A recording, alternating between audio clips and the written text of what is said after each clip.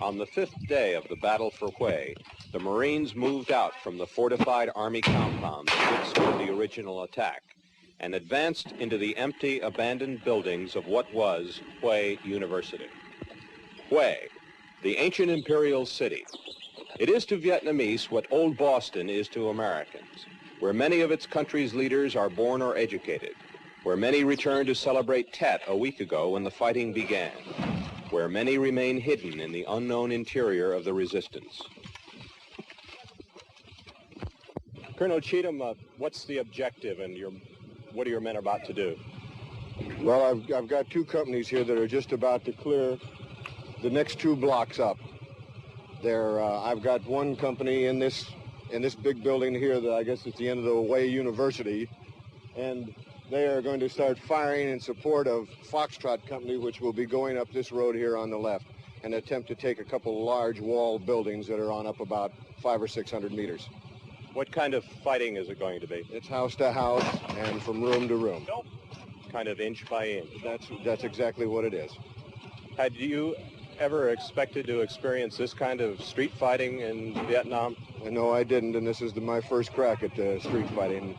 I think this is the first time the Marine Corps has been street fighting since Seoul in 1950. And a little bit in Santo Domingo. And a little bit there, yes, right.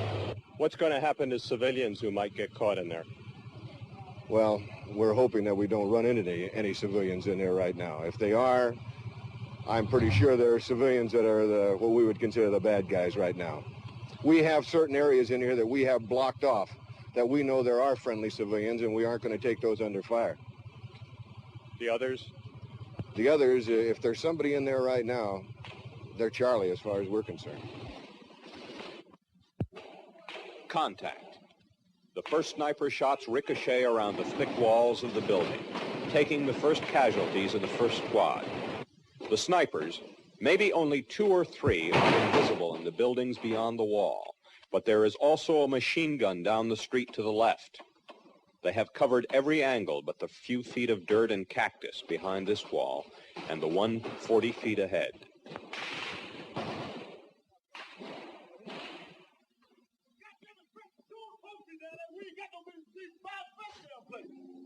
The platoon leader has called his men forward. There is to be an assault. First, a barrage of cover fire and then a charge across the street.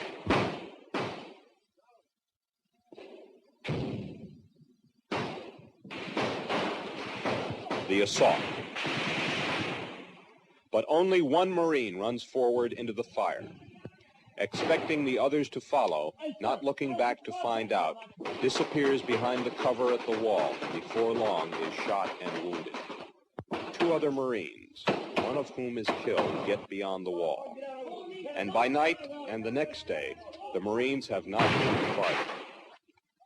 It is inch by shattered inch in the 5-day battle for Hue. Much of the news filmed during Tet was flown to Tokyo and fed to New York by satellite. In some cases, only those early satellite feeds remain.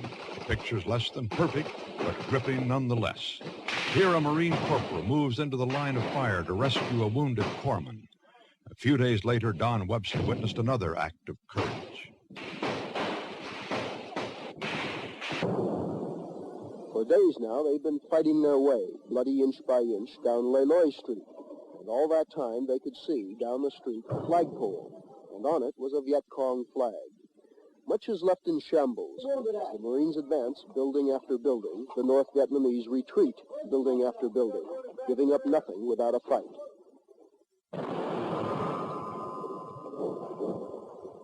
Roger, that was some sort of rifle grenade. It came all the way through the building, hit over the line. Have you pushed forward? In the front ranks of the Marines, a man is suddenly wounded.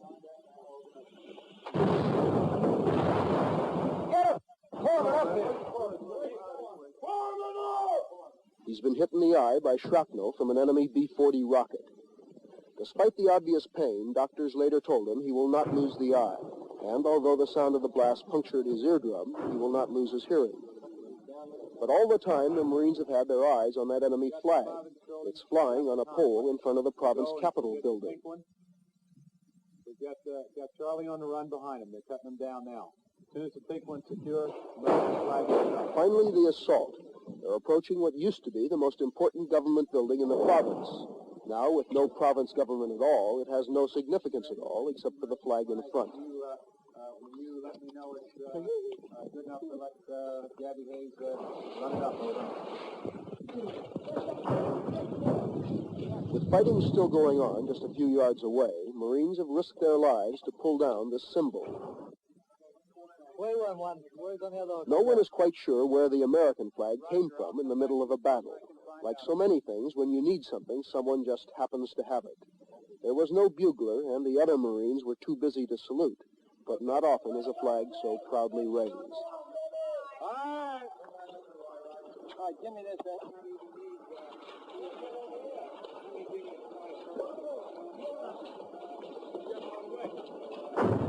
Hungry Hard Hotel Company. Keep it. Are you finished? We want to get the hell out. Hey, Then suddenly a surprise. Get these holes over here. Come on out of there.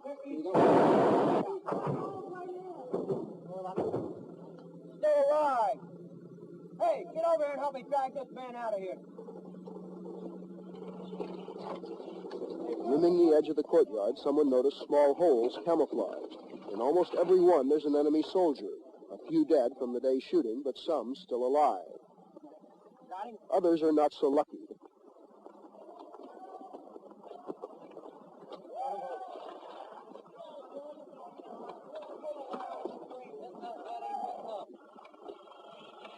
Marines fire into the holes.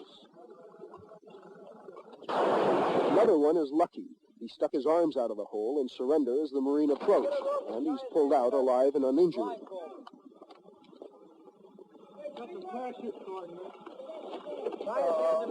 Oh, there we go. He ain't going. Somebody find a piece of blindfold, a piece of rag over there. Get some of that gear over there.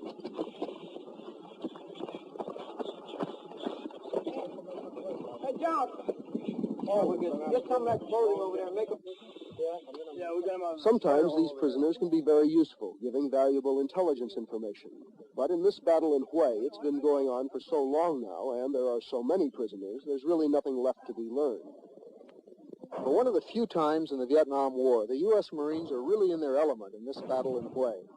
For right now, this province headquarters is the front line, and they're holding an assault much like those that have made them famous in other wars. And to a great extent, this assault is being won or lost on the basis of sheer courage, and there's no shortage of that among the Marines.